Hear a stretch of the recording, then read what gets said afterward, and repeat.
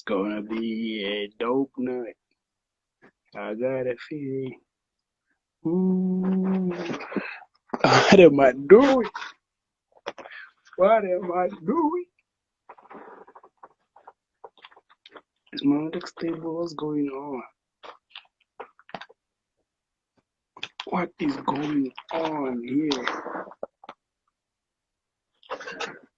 Why is it so dull?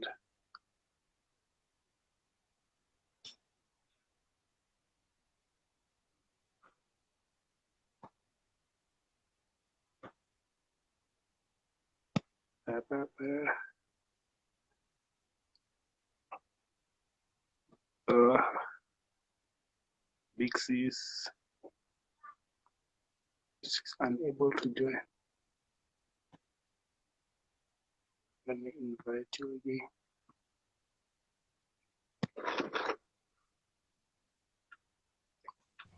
So dull. Oh my god. Hey, my sister, can you hear me? Oh my god. Can you hear me? I can hear you. Can you? I can't hear you and I can't see you. You can't hear me and you can't see me? Oh, now I can see you. At least Oh your my skin is god. lighter than mine. Oh wow. Oh wow. How are Oh you, my wow. sister? I'm good. How are you? I'm actually not I'm good. good. I'm Load good. shedding has screwed me. So I was in one part of Joburg and there was load shedding and I was like, okay, cool. Let me go with my stylist because Oh my god, look at this network. yeah. Guys, can we just do a live with Cyril so he can see what he does to us with this load shedding? It's even disturbing our life right now. Like But how far are you from home? um how far am I from home? 12 minutes away from home. But let's give people time to arrive. Johnny, everybody who's joining us. Hi, everybody. Hi. Hi. Yeah, so I thought, because we all think we're following a schedule. And so I went to my friend's, well, he's my stylist. I went to his place. He doesn't have power. Oh, okay. It's weird. Yes, We sir. were supposed to have And power. the schedule says you're supposed to have power now? Yes. That's why I'm like, guys, sometimes they give us a schedule to keep us busy. Hello? I'm convinced. It's just to keep us busy. So talk among yourselves while you connect. Let's see what happens. Okay, wait. Can I just start the show now? Let me just start by introducing my guest. Hey, what up, yo? We know what time it is, baby. Conversation with the stars, hosted by yours truly, Uncle Black, aka the man who violate man. You're never the main man. So vandaag, I got the iconic sister in the building all the way from Free State. She done did everything from acting, presenting, comedy. She done killed it and she did everything like she maximized with it. So like, I'm very excited for this one. She's like very iconic. I got the one and only Tumi Morake. Welcome, my sister. Wow. So that's how you introduce your show. So you talk like, okay, we're here. And then when you introduce it, like, hey, this is my, your Timo Touch voice comes out. Don't do me like that. I'm done. Like, everybody's been watching us have this conversation. And then you just switch on all of us like, nah, this is how we do this thing now, man. This is me with my center hair, man. Let me do this podcast thing, let's do this live thing. Is there any seriousness around here? So like I wanna get to know like the person behind all this beautiful work. Like let's talk about like your childhood, the family setting. What kind of family setting are you from? Oh wow. So I was born into a normal family of mom and dad. Mom was a cop. Dad was a cop. Mom was a nurse. Um, And then Dad got arrested for treason in '87, and that's when I then got shipped over to my grandmother's house because now home life wasn't stable. Because soon after my dad was arrested, my mom was arrested. So I was like this orphan living with my grandmother and all my cousins. But it was the time of my life because like I'm their only child.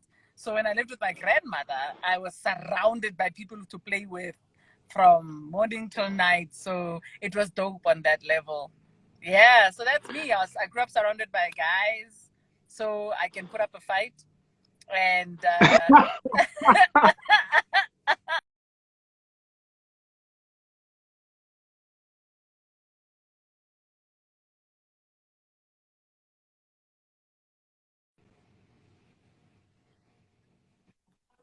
yes, did you lose me completely? When did you lose me? You were saying you can put up a fight. I can throw a punch. I'm embarrassed to say I have been kicked out of a club for fighting, but I didn't start the fight. You know what the stupid thing is, Nick? Whoa! Before you judge, first of all, I was in my 20s. Let's start there. I was in my 20s, so I was much cuter. And there's this Okay. thing where when you're a yellow bone and then some girls decide you're too cute and they're going to start a fight with you because they think you're there to take all the men. And I'm a one man. I Yeah. can't take all of the men by myself. So why am I supposed to start Yeah. cutting with me? So this chick starts shit with me and she like pours beer on me. But she does it under the whole, oh, I bumped into you thing. But then she looks at me like, what you gonna do about it? And then I'm about to show her what I'm gonna do about it. And so but that's only because I grew up with boys. I don't know how to argue. I only know how to fight. And so I'm not very good at confrontation because the talking is not, I don't have the skill set. I only have this skill set. You know, even now with nails, I'm like, oh, if it was told to me of old, I would have to keep these things short. But that's me. I've grown up like that. Like, I don't know how to have beef because I always feel like if you have beef, let's fight it out, then we know it's over. It doesn't matter who wins, then we know we can move on. And then you become an adult and you find out you can't throw hands. So that's how I grew up. And yeah, I was surrounded by a lot of love. I do remember I was surrounded by a lot of love. Let's judge it by percentage. Like how much percentages did you win? Like the battles, On average, or how many? I won 90%. But that's Here because, on the life is 19. In reality, is but 20. that's because, let's be fair, so when it gets to the fight, then you must know. Number one, it's very Dutch courage, ne? Yeah, ke botshupile ke sharp ke mo plakeng ke na le plaka ya ho lwana. And also, like I said, I grew up with guys, so you always know. You Yeah. always know whether you must start the fight or walk away. You must always know how to measure your opponent. You know what I mean? And that's part of the reason. Yeah. Yeah. The last one I lost, and I never ever got into a fight again. It was a guy who pinched my butt in a club. Like we're in Bloom, having the time of our lives, in this other place, and this guy I don't know him. He just pinches my ass.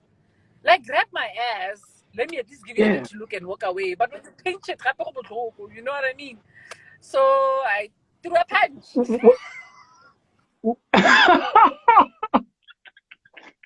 I threw a When punch. was this? Like before, after you got famous? Oh my gosh, this was 2006. So I was still coming up. I was mainly a writer. I was starting to come up, on TV and stuff. But yeah, I could afford to be in fights, I thought. But I was on his also connection because I remember as we were walking home, my guy was Hey. like, "Tumi, why see you know?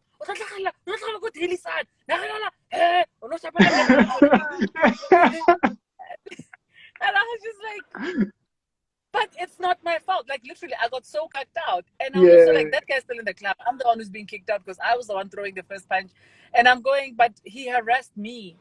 And I remember I started ngala. I don't even think I've been out drinking in that part of Bloom since then. I started ngala thought because I was just like, okay, so my butt is it's nationalized. My ass is nationalized. You can just so yeah. So I started being a bit more picky also about where I go out. But that's me. Wow. They just told it like that. So like, wow. Okay, fine. So like, let's talk about education. Like, what did you study when you got to varsity?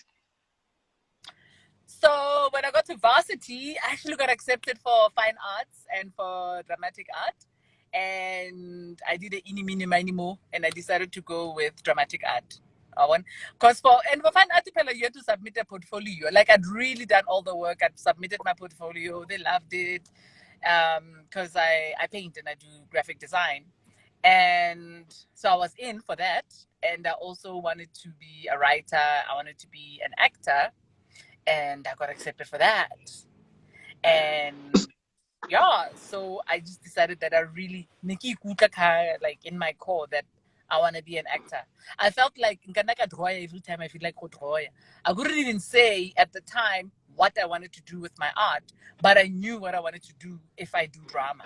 So I was like, do the thing that makes sense. So I did drama because I knew what I want to do with my drama. So that's what I studied. Hey, and Wait, so when I got wait, no, continue. Sorry, I didn't realize you were no continuing. wait, yes, you're asking. I was just wondering, what is it that grabbed your attention? Like you were really serious about acting. It seems like it was really passionate. What grabbed your attention? Who did you see on TV? Oh my gosh. The thing that made me want to do drama was okay, so I used to watch the productions of Aubrey Sekhabi and go Mabana. Aubrey, I believe, I don't know if he still runs the State Theatre, but like for me, he was such a big deal because I was in love with theatre. And so I wanted to do that. I had also people like Notemba Madumo, hearing them on radio. I was in love with her voice. I was in love with the power she had over me. And Richard Pryor, I used to watch his films. I had seen one of his stand-up comedies before I even understood the concept of stand-up comedy. And I just thought, Ooh, I want to do this, and I knew that that's how you do it. It's drama. When we were there was a year in when I was in grade 11, I think, or grade 8, where we had to go and research the kind of jobs we want to do, and I found out that in order to do that job, you had to study drama, and I was like, I'ma do this. I'ma do this, and that's what I did. My mom couldn't afford it, so it was also that and applying for bursaries and trying to see if yeah. on the salary of a single parent who's a nurse, if I could get in. So I did it. So how did you manage to pay your fees? Oh my God, friend, I was in debt until 2010. 2010 was the year I paid off all my debt and managed to finish my final year. I was in debt the whole way. My mom took early retirement because everything we tried didn't work. On paper, they were saying my mother should be able to afford my fees, but she couldn't. She Ooh, was supporting me, my sister. We lived in the suburbs in Mafikeng, so you're paying rent, you're paying, whatever, everything that comes with levies. And she had yeah. debt. So she actually genuinely couldn't. So she took early retirement and she gave me a portion of that money, and I pumped all of that money into school. It still wasn't enough to cover me to my last year. I already owed money for like 2 years. I applied for a bursary. I got a partial bursary. They didn't give me a full one, they gave me a partial one. That's how I managed to finish first year, second year. And then got third year, I Oh, was already in debt. Yeah. And so I got kicked out for financial reasons. So I should have graduated in 2004, but because I got kicked out for financial reasons, I only actually graduated. I finished school in 2010 and graduated 2011 because that was when yeah. I finally I covered my debt and I could afford to pay my school fees. And funny enough, that's when Tumi Morake was beginning to be recognized as Tumi Morake. And I remember Yeah. someone saying to me, "You don't need the degree anymore." And for me, it wasn't about the degree. For me, it wasn't about the degree. I had to finish something I'd started. And my mother Yeah. was on her deathbed. And I was like, I promised my mother graduation. The least I can do is graduate. So when I graduated, my mother was fighting for her life. And a couple of months afterwards, she was gone. But I was so glad she saw my certificate, my degree, because I promised her a matric certificate and I delivered it. And then I promised her my degree. and I delivered it, you know? So I felt like, yeah, that thing is done, you know? A great achievement. So, like, where's your father at that time? Pardon? Where's your father at that time when your mama passed away? Oh, so my father was in Bloemfontein. My father and I had a very, very strange relationship. It was strained because, you know, and it's interesting. I don't think a lot of people talk about this effect of apartheid, where it's broken a lot of relationships, it's broken a lot of families beyond that physical separation. So, my dad coming back from jail to, you know, a woman who has divorced him, to starting life afresh, to starting a new family, he wasn't really Yeah, such a core part of my life. And because he was starting a new life and they were starting this new family with this woman, I didn't really include him in my life. I literally only started including my father in my life around the time, I don't know, man. I don't know. It was just a weird relationship. But now we're tight. But it took work. It took me having to accept that I don't have the dad I want. I have the dad I've been given. And yeah, so I must yeah, embrace that and love him for that. Otherwise, I'm going to spend the rest of my life yeah, resenting him for something that's not his fault. You know? yeah. That's something I believe like a lot of people should learn because like it's very important. It can help a lot of people. Like that's that's a very good thing. So like Perfect. you said Because you've been on Nami, is also cool. my kids, my kids. Sorry, Okay. it's just I'm saying also for me when you say to other people know that is that for me as a mom, I feel that way. I pray that my kids are gonna love me for the mom I am, not the mom they want, because I'm the mom I am. I don't know which one they want, but they're getting the one I am. And Yeah. I always go, Lord, if anything, can they just no, you know? So yeah, And you I may can not only be be their like favorite, there. Yeah. but I know at least, yeah, at least I know, and at least the way you are, you get the wrong favor, like over Papa, which is dope. I'm like, yeah, this is my guy, me and you, yeah.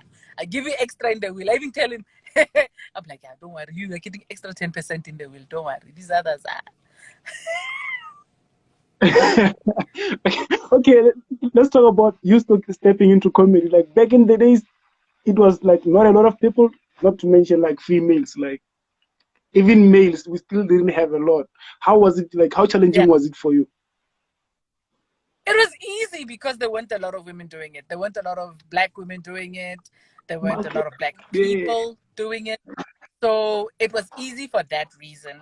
It was hard in the sense that usually when you do something, or reference point, you know. So my reference point was a little bit warped because my reference point was watching South African sitcoms. I had never seen South African stand up. So my reference point at home was Yeah. people like Joe Mafela, Bo Uvelaphi, Bo Mfeshane, you know, that kind of comedy. And I was like, right. So I got the sense of connecting with people, but I didn't know how to do slapstick. That kind of comedy is such, people underestimate how intelligent that kind of comedy is because you have to punch it right. It looks stupid, but it's actually not as easy as it looks. But I knew I love words. So I was like, that's the comedy I want to do. And I'd seen Richard Pryor do it. I was like, yeah, this guy is not doing anything. He's not doing anything funny with his face. He's not dropping himself on the ground, but I'm on the floor laughing. So I Yeah. that's what I want to do. I knew that when I'm sitting with people and I'm talking kak, they're laughing.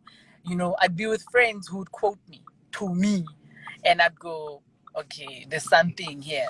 And then the first time I saw live stand-up comedy was in first year. It was David Kau, Chris Forrest, Riyad Musa, Mm. I don't know, Ronnie Mudimola, and they were doing a show for my Oh. first year and all, you know, Freshers times. And I was like, I want to do what y'all do. And I'll never forget, I pulled up some courage. I went to David Cow. I was like, hey, hi, I really loved you. You were really great. You know, one day I'll do what you're doing. And he goes, yeah, do it then. I could see Rubarekile because I wasn't there going, oh my God, take me to your planes. Do you want my phone number? I was going, nah, Negro, I want your job, dog. And I like to remind him. I always remind him. I'm like, do you know what you did to me the first time I met you? Eh? You told me go and do it then. What does he say now when you remind me? That's He crazy. laughs at me. He's like, I don't remember ever meeting you. I'm like, oh my god, Nikki look cute. Fresh out team. Anyway, As big as he was. as big as he was, I didn't care. Because you must understand, so I think also for guys, if I like you, if I notice you like that, it's a big deal. Because I grew up lemajita. Yeah. When I encounter men, the first thing is not test. My first thing is I tell me, bra, kausiza, rautana, and then, so yeah, I wasn't there. I was just I thinking can about the thing I want. I believe that. I mean, you've been looking for some time. You even found someone like out in Ghana. It's pretty far, so yeah, I get that.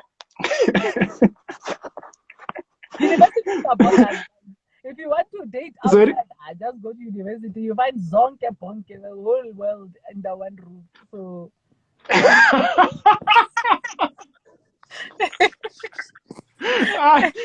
So like during your upcoming days, what was your worst performance? Like, did you ever have a dead crowd like during your upcoming days? Not now. even now. But yeah, in my upcoming days, I think the hardest rooms would be the Afrikaans ones, especially month end when they're drunk and they've just watched a show. Yeah, they used to have these girls. I used to call them like strippers who went to private school because they wear those thongs and they dance and their boobs are out and you can see these drunk guys just. So then you get one, you try and make them laugh. Oh. I'm like, how do you make a drunken horny man laugh? Of course, he's not going to laugh. So as that was the challenge, but I loved my starting days because that's when I could do whatever the f I wanted. Right now, I hate fame. I hate fame because I'm so busy chasing the punchline. I'm so busy trying to live up to the name. Oh. I forget to have fun Yeah. sometimes. Like I watch some of my comedy back and I go, but you're not having as much fun as them. Then when I see the ones Yes, where sir. me and the crowd are just having a good time and we're just talking cack, I'm like, I must find that girl again. Yeah, let it not be about the business. Like, yeah, I Right? understand. I understand. It is crazy because, like, when we think about it, like, a lot of comedians, like, you kind of repeat some jokes, so we don't think really get that deep into it. So we think it's kind of simple because, like, it's like performing a song. So, like, you just gotta work on the performance, like the delivery. That's Yeah. all. Yeah. So, like, No, the audience coming from out, informs shape. Hmm?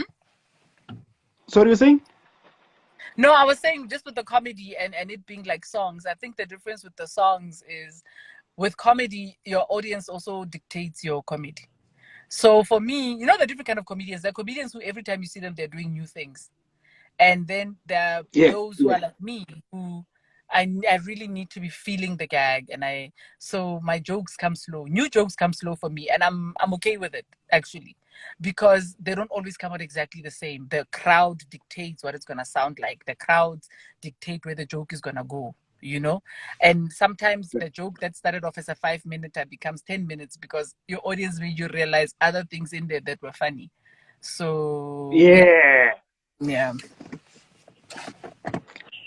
I like that because like I was thinking like most of the work you're doing like it's on like the delivery. Like you have to make sure that because like you can have a dope joke, but if it's delivered like in a poor way, we can just sleep on it and later on be like, oh wait, that joke was actually dope. So I was thinking like delivery is the most important thing. So like you just made me realize something else. I like that. So like moving on, her story. I believe that was your biggest success by You're then, right? you really, yes, yes, yeah. You're taking me back, yeah. My first Yeah. ever one-man show. How does the deal even come about for you to make it that big? Like it's Um, it's broken I boundaries. I realized I had a following and I wasn't ready to do a one-man show, but my management at the time were like, you have so many people who love you and you really need to give them a chance to show you love. And then I was like, okay, let's do it. And so, and I was like, but wait, guys, they're telling me I must believe that people are going to buy tickets to only watch me. I don't know. I don't know. Yay! Did I not walk into a full house at the Lyric Theatre? I was like, holy. What's going on? And then I had Jason Goliath opening for me, who right now has just Oof. blown up, right? And Yeah. Jason kills, but kills. And I'm backstage going, that's Hey. exactly what I needed. I was like, that's exactly what I needed. I went out there How? guns blazing. Yo, I needed to make a point. I was like, I want you to know that I'm so good. I need top-notch opening to show you what's coming. Wow. You know what? You know when the starter is mwah, then you know the Wow. main course is going to destroy you. That's what I did. Yeah. And I believe I today thought that you'd be scared. I was scared until he went on. You see, what happens is because I think I've spent so much time with men, I need that adrenaline. I need that push. I need that threat. And so the threat of if I don't do better than what he just did, people are going to say the opening act was better than the main act. It would mean the Yeah. person people didn't pay to come and see did better than the person people paid to see. I was not prepared for that. I was like, I'm gonna make this shit pop. Also, this is Yeah. I was still Yeah. brave. I was still brave. I wasn't high on the supply of getting paid well. I was high on the supply of my voice. I was high on the supply of my ideas. I wasn't afraid of what I was saying. So I got out there and I just went balls to the wall, you know? This was before cancel culture. This is before I knew what Yeah. Yeah. threatened. This was before I knew what it's like to have my life threatened. This is when I was just like, comedy is fucking comedy. When you come to watch a comedy show, it means you want to laugh. And that was Yeah. honestly my most No honest. boundaries. Yes, there were no boundaries. It was my most honest show, and I had the time of my life. And I always value how many different races were in that room. My room was so mixed. I was Mm. shocked.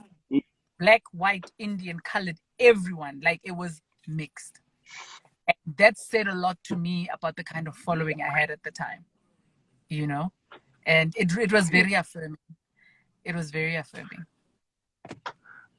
And that time, like it wasn't easy. Like that's why I respect it so much because that time it was just. Shout out to you, big sister. Like, shout Thank out to you. I want to remind you of a couple of things from the first. I'm gonna mention some things. You just tell me what you think of it. Okay, within like 10 seconds. Okay. No, it's just some works you've done. Like okay, you just tell me how special it is to you and like what you've learned in 10 seconds or less. you. It's also connection. Oh, time of my life. Isizuto.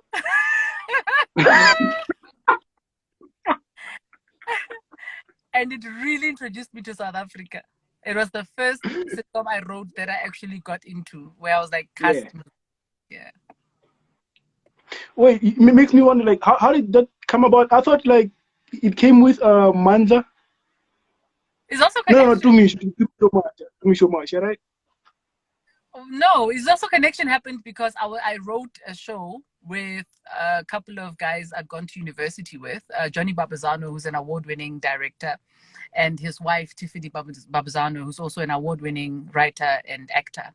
And so while we were writing this thing, this character was so me, and I got carried away in writing her like me that they were like, just audition. And I was like, guys, she speaks Zulu. I'm not Zulu.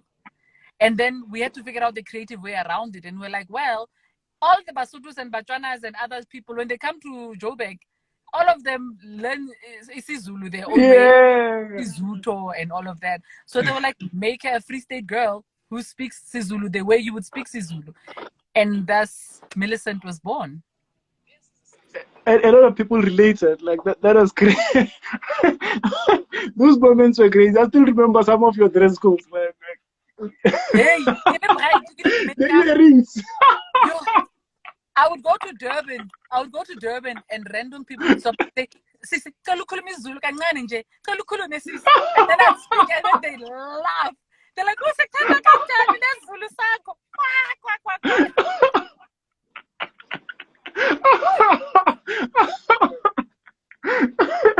That's crazy. And we only see like the final product on screen. Man. Like this is crazy. Okay, moving on. Laugh out loud. Oh my gosh. I miss Kenny. I miss Kenny so much. Oh my god. And That's crazy. Charlie's hair salon. I miss being a security guard. That was hilarious. I used to enjoy playing that character. What did you love about it? Because, I've met security guards who they try to be hard, ne? But the minute they get used to you can see with the soft side, it's just they need you to Yeah. so I really enjoyed that. Also because I got this feeling like this is one of those people who wanted to be a cop and then they didn't qualify, so they became a security guard instead. So I enjoyed that a lot. Alright, alright, good. Let's move on. Like my perfect family. A perfect family. Oh, I Yeah. wrote a couple of episodes on that one. I did an episode as well, and I got to work with very good friends of mine, the production company who made it, Burnt Onion. Like we've done great work together. Alright, cool. The last one, quarter life crisis. Oh my baby, got the life crisis. I was chilling with my husband one time, and I was like, got the life crisis is a thing, like, because in our mid 20s, late 20s, like figuring life out was actually tricky. I was like, nobody acknowledges. Even in your 20s, there's a pandemic that happens when you have to decide the direction that your life is going in.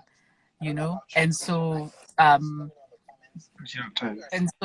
yeah, yeah, Quarter Life was the first sitcom we were commissioned officially, and so we got to do 2 seasons of this, and it was a really special baby for us. Many award nominations. We won an award as well. It was really cool. Yeah. It deserved it. Like that one was. Yeah, because we wanted to be the kind of sitcom we would like to watch. Because I know in South Africa we have a very specific kind of Yeah. humor, but I was like, there's a generation of us who also like clever humor. Because I feel like just because we're black doesn't mean our comedy has to live in that slapsticky kind of I don't know, like vernac can be complicated, like what's it called, sophisticated. I felt like just because something comes in vernac doesn't mean it can't be sophisticated. And I was like, I want us to have a sophisticated sitcom. It will have people who watch it, and I liked that it was sophisticated and it told a great story, because we also live in a country that needs to celebrate as men. As much as we have problems, we need to celebrate the men who are raising men and what that's like. And that's what we had, two brothers who are essentially raising their younger brother. Yeah. And Even though it was really cool. even though most of the times it's lessons we don't want to learn. Ish, God. Adulting is hard, Baba. Adulting is hard. That was crazy. That was a crazy one. Like, you should think about bringing it back, making some season 7 or something. I don't know what season it ended with. Just give us the money. Give us the money. Okay, you got friends there, Netflix. You've been doing some things. So like, there's this that thing you were once pointed with guns while you were pregnant. Please tell me about that. What was happening, and how did that affect your mental health? Driving this limited edition Jeep Cherokee. So there are very few of them. And there was one that had been used in some kind of crime, or it had been hijacked. I don't know. So the color of our car was correct. The make was correct, but the registration was different. Actually, I lied. The make was wrong. The color was correct. It was a Jeep they were looking for, but the one we were driving was a limited edition. The one they were looking for was not the limited one. Excuse me. This we found out from their boss, whoever was in charge of this thing, who was like, did you check the make? Because this is not the same the same model. Like, you check the model because it's not the same model. It's not the same model. Yeah. And that time I am losing it. I'm not even crying. I'm not shaking. I'm angry. You see, my default is anger. Before I get to pain and everything else, my default is always anger. So me, I'm cucking these people out, and I call my dad. At the time, my dad was working for Nia. So I call my dad, and I'm reading people's badges to him on the phone. I'm like, if you don't do anything about this, Papa, I'm going to tell you right now. Here's this bitch in front of me. She's still got a gun in her hand. And then he was, what, this is her saying. I'm like, let me hear the registrations of the police vehicles around us. And so the minute they see me doing that, that's when they went to get their superior, because they're like, whoever we stopped is connected to people we probably don't want to be getting into trouble with. No. I'm It's like, a movie. Yes, sir. Damn. That's some crazy kind of security. Mad. I was mad. Damn. And I'm pregnant, so hormones make you feel everything extra. So I was just like, don't mess with me. So now the colored lady starts getting annoyed because now I won't stop. And she's like, why are you calling my name? Why are you calling my name? Why are you calling my name? I'm like, I deal with you. I deal with you. That's why I'm dealing with you. And then this guy's like, walk away from her, walk away. And I'm there. I'm so pregnant. I'm like in my last trimester. And she's walking. I'm like, walk. You better walk. Like, ah, damn, man. So That's crazy. I was so mad. Oh my God, I was so mad. All right. So let's move on to the career. Like, you acting. I want to talk about Rockville. Like, I want to know how, like, the Rockville gig came about. Please tell me. Yeah, so Rockville, I got the call. I can't remember, but I remember getting the call and auditioning, and then they tell me I've got it. And then when season 2 came, I was pregnant, and I was like, can't we walk around the pregnancy? But they couldn't, because they had written the character to spiral with Connie's character, which was going to involve a lot of drinking. And they were like, even though the character Yeah. might not be pregnant in the show, people know you're pregnant. So they were like, just, it didn't sit well, So they were like, no, we're gonna have to recast. We can't, you're pregnant, And I think so it was all of that. And I think they knew at the time that Rockville was going to go on for a long time. They didn't know how the pregnancy is going to affect all of that. So they weren't going to take the risk. So I didn't come back for that season. And that was a big heartbreak for me, because I really enjoyed doing Rockville. I really enjoyed it. Yeah, but that was great.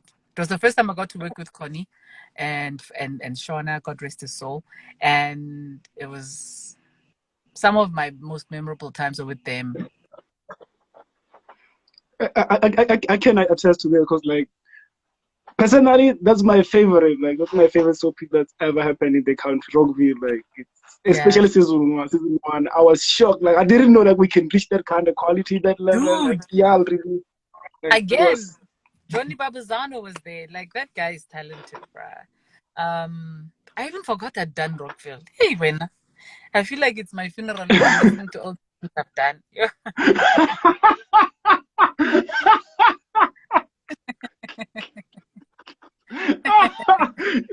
They're giving me. So, like, working with Mr. Shaw, like, how was it, and how did the unfortunate person, like, get to you? Oh my God! So I was such an idiot. I'm a stupid fool. If there's one thing I can tell you, when I want, I'm a stupid fool. So Shaw was a big hugger. He used to love hugs. When he greets, he hugs. So I would just be, is he here? Is he here? I want to greet. I just want to greet. And then when he comes with a hug, me I hold. I'm like, I'm almost finished. Just let me sit in this hug. Just a few more seconds. Me, I was just there for the hug. Like, if it's not at work, then give me my size. Let me go and get ready for work. I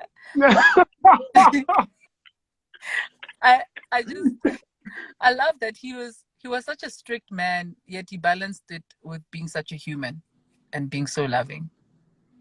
And his passing broke my heart, because also it was so cool to be around a man who's so in love with his wife, who's so into his wife.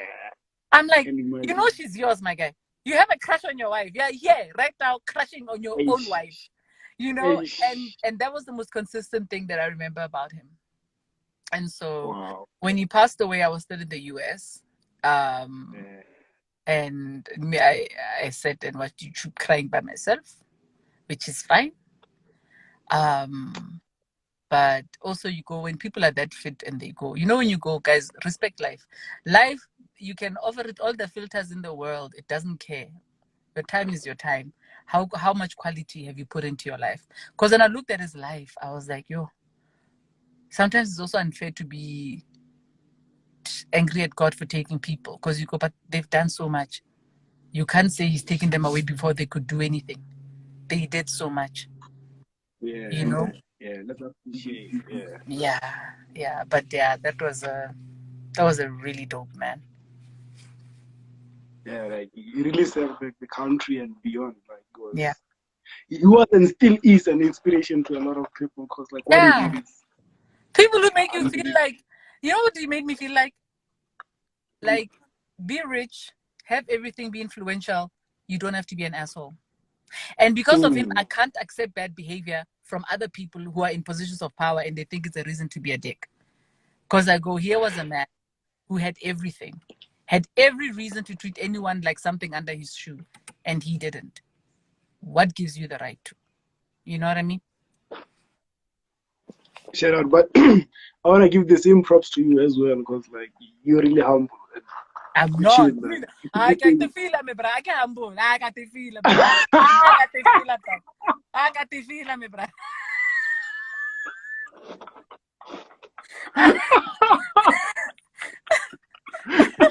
But for real, he's not compass. Like, I came to your life because you didn't approach me ka makak. You understand? I came to your life because you came to me like, yo, I'm doing something. I really like it. I like what I'm doing. And I'd like you to be there. And you gave me the sense of, I like you. I like your work. Come, let's hang out. Some people will just make you feel like, yeah, yo, I need the following. I need some numbers. Come through. Or they make you feel like, ah, but a celebrity, so, yeah. but I can humble Not me, bro. Could feel like Shabaro, how do you approach me? Oh, Shaba approach how do I can approach?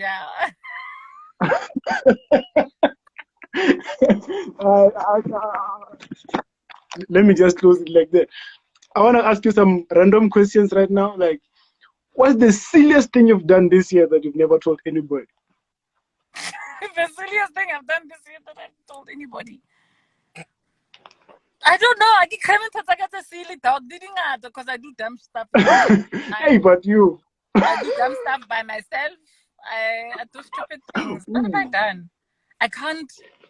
Because you know how big course, right? I'm a big Chiefs fan, but I'm that idiot who will roast my own team, but I'm crying with them, but I'm roasting them.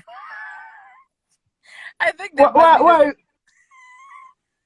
are you doing that? Like, Rakawata already. You don't need that. no, because that's what family does. Go ahead. The people are gonna roast you the worst. So it's better you take the abuse from your family than you take it from cross-tracting. Because then, this is a family matter. Oscar again. I want I'm talking about today. I good. I understand. Like, it's kind of crazy, but it makes a lot of sense. So, like, what's the craziest thing that's happened to you while on stage? Can you hear me? Yeah, I'm thinking hard. There was a man who started walking towards me, and then I watched security take him away. This was last year in Sun City.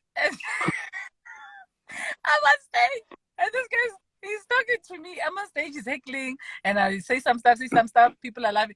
Then I see, but this guy's walking towards me. I'm like, hey, my bro, you don't want to do that. You don't want to do that. And then, like, just as he's on the stage, go on a security, what's that? He's like, yeah, I'm going back. I'm going back. I'm going back. I'm going back. That was some crazy shit. You something else, man. Oh, and I once fell on my way to stage.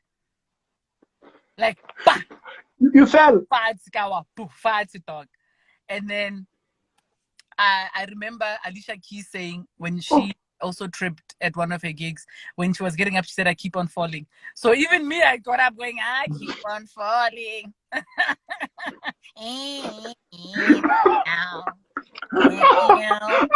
And then, yeah. You're falling hard. I was like, yo, guys, how can I tell you jokes now? You have already had your first punchline. You're fine. You're happy. Like, it was bad. Okay, I want to read something down here. They're saying, like, you just gotta love Tumi, man. Like, it's impossible. This thing I'm reading it because it's impossible. It sounds weird calling her by name without saying it. Like, I'm reading this because there's no way you can say it to me without saying Mora. It's impossible. Impossible. And for me, every time I say Morake, I want to say, like, SABC. Ola anda matlhamola Morake wa sokodisa wait. How na peace? How na peace? How na peace? And I get that question a lot. O relate le matlhomo. O relate le go em. La relate ma. Like guys. Morake is like Smith. Everybody's a Morake. Like Smith is many. Morake is many. Yeah. Me, I got to know it by you, like through you. Okay, who's your favorite comedian? Sheesh. I have many. If I have to pick a woman that kills me in South Africa to this date, it's Celeste. Celeste is a powerhouse, and I've said this for years. I love how when she is in a room, she fills the room with her presence. It is incredible to watch.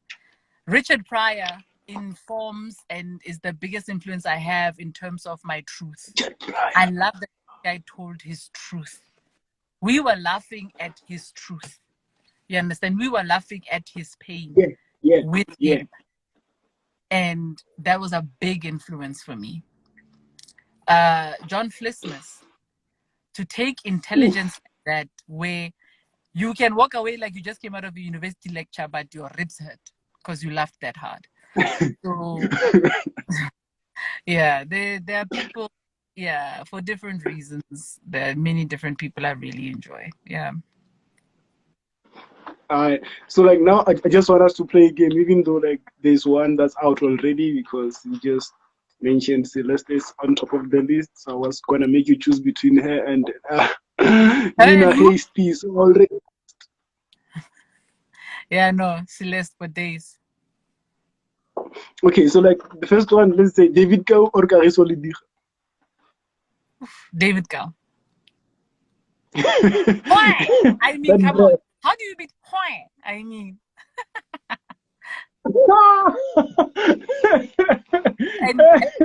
and you can argue David gave me my first big break. So. All right. I guess you're a big fan. Yeah. So like, not contribution to the industry. Here we're talking about acting. Connie Ferguson or Cindy Tatu. Jesus. Sure. Cindy Tatu. Okay. 2 sets you've been on. The Queen of Rock.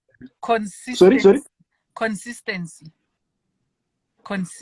Cindy, like, I can't look away. Like, I can't compare them, but I'm saying her because the minute I know she's in a thing, I'm going, I want to see. She's intense. Yeah. And I never knew she could break away from Tandas.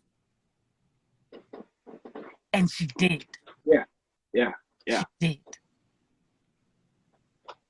She's been on that character for like way too long. We couldn't even imagine her out of it. So like when she came out, we forgot about it completely. So like she's yeah. I didn't understand what you say. So like next one is the like 2 sets you've been on, the Queen of Rockville. The Queen. Listen, Dollface, please. Me and my brutal fruit. My Brutus Shakespeare. Listen, the way she was such a badass. My favorite moment. I don't know if you guys remember the episode where we were being chased and someone was shooting at us. It was me and Dinel's character. And we're being chased. And I'm driving this car. Right? You're breaking. Am I back?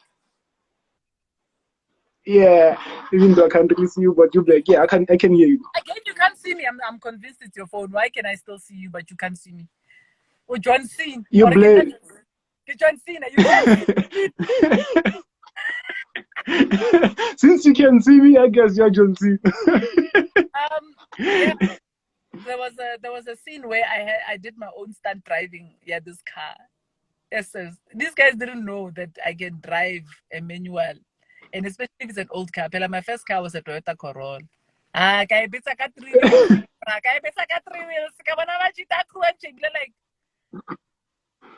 going on? Why can't you drive like that? And I've trained with with race car drivers before. Go Kayaland. So it's like I love driving fast. It's just we live in a country where you can't. People are dying too much on the roads, you know. So the best place to enjoy the day is at the racetrack. So when I got to do that scene, yay! Even the cameraman came to me afterwards. He's like, you need to give me a heart attack. He was like, I've been in a Damn. Oh, you were on 3 wheels. I was like, yeah, I was on 3 wheels. It's very hard to make a car turn over. It's very hard. When the car turned, there's something wrong structurally with the car, and I knew the car was like I was, you're brave. Wow. no, I'm not. You, Okay, let me say this. I'm brave when I know my odds. I'm brave when I know my safety. I'm brave if I know I can win. I'm not brave if I'm not. I have a good chance of winning or surviving. Dog. I'm a coward. I'm a clever coward. Oh my God, you breaking again. Can I please kick you out and get you back again? Are you sure it's me? It's not you, bruh. Ask the people who are watching whether it's me or you, because I'm convinced it's you. What's happening, people? Like, who's on the bad side? I think you're the one who's playing. Ivana, Issei just joined. Hi, Issei. I feel like at the end of the life, like my guy. It's just joined now. So like, okay, let's move on to the question. Wait. What? Nah, let's get it back on. Like, yeah, let's get it back on. Like, my network is okay, right? Please confirm it. Absolutely. Okay, right? It was Instagram. I thought we were only supposed to do an hour. I'm blurry. I'm a blurry what? I'm a blurry what? Okay, yeah. You see, people are saying you're the one who's blurry. So like, blurry what? Zanello called me blurry. Guys, yeah. I just have to explain. I'm wearing makeup because I went for a peel. A peel. Not a peel that makes you a yellow bone. The peel that cleans your skin. So I went for a peel and about dermaplaning and a peel. So I can't put on makeup, guys. So how's this? Like, thanks. He's blinding me because he said I'm very blurry. Even you are very blurry. You're hurting my hand. It's funny because now that you're showing your face, you're no longer blurry. Like, that's kind of funny. Also, it was the light. So, guys, this whole time you're just like giving me hearts, but you're not telling me you can't see me. No, it was for like you for an hour. Okay, let's finish up like for an hour. So, I could have complained. So like drinking with hubby or drinking with friends. I'll come back to make it up. Because like there's a lot of things that you done achieved. I would love to talk about. So like the last two, pops or Mashawe? That's an unfair question. It has to be both. Same time. I can't. Okay, fine. To make it simple, let's just say I'm a piano or Afrobeat. I'm a piano. Hey. You're biased. Okay, fine.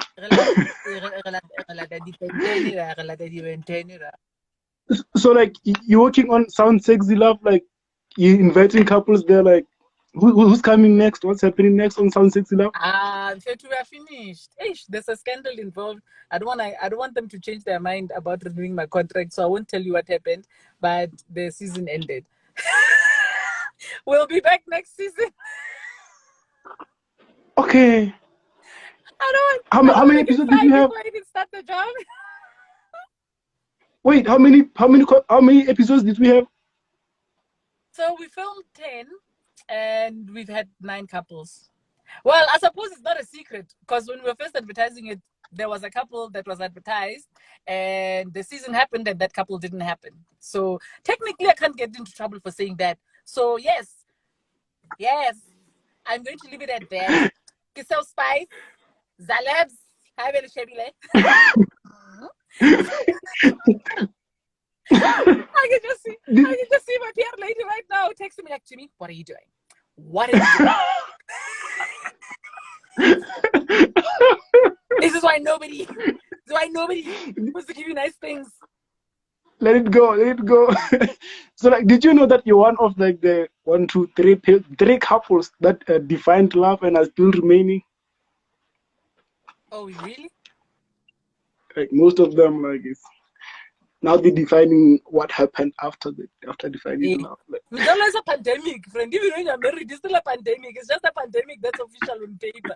It's a pandemic. You'll be like, you guys, at least you guys are still together. Next week, Morake announces split.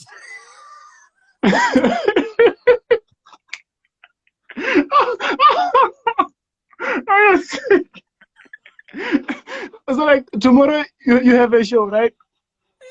What's happening tomorrow? Yes. I have a show tomorrow at Gatsby's in Midrand. Yes. I'm gonna be live. I'm gonna be doing comedy, but I'm also gonna be doing a lot of storytelling. I feel like I haven't gotten to have a conversation with my audience. People have seen me with my beads and had their questions and commentary, and so I've decided that I'm gonna do this show live. And if there's people with questions, I'm gonna address those things because I have a very long career in this industry, but I really do need to go. Unfortunately, my time. Sorry, my PA is like time. Sorry, and he's right. Oh shoot! I'm supposed to be in a Zoom. I have a Zoom Thank you. meeting. Thank you. Invoice. Invoice. Oh, thank Okay. you. But it's been great. Let's do this again. This time I'll be in a proper place so people don't think I live in my car. I'm gonna let's do another one. Guys, limu DMing, limu abuse, we'll do another live like okay. Thank you. We'll talk about it. Bye. Thank you. Shout out to y'all for tuning in, man. It's been crazy. So, like, yeah, as she said, we'll continue some other time, man. Like, shout out to y'all. Conversation with the stars. We out of here, man.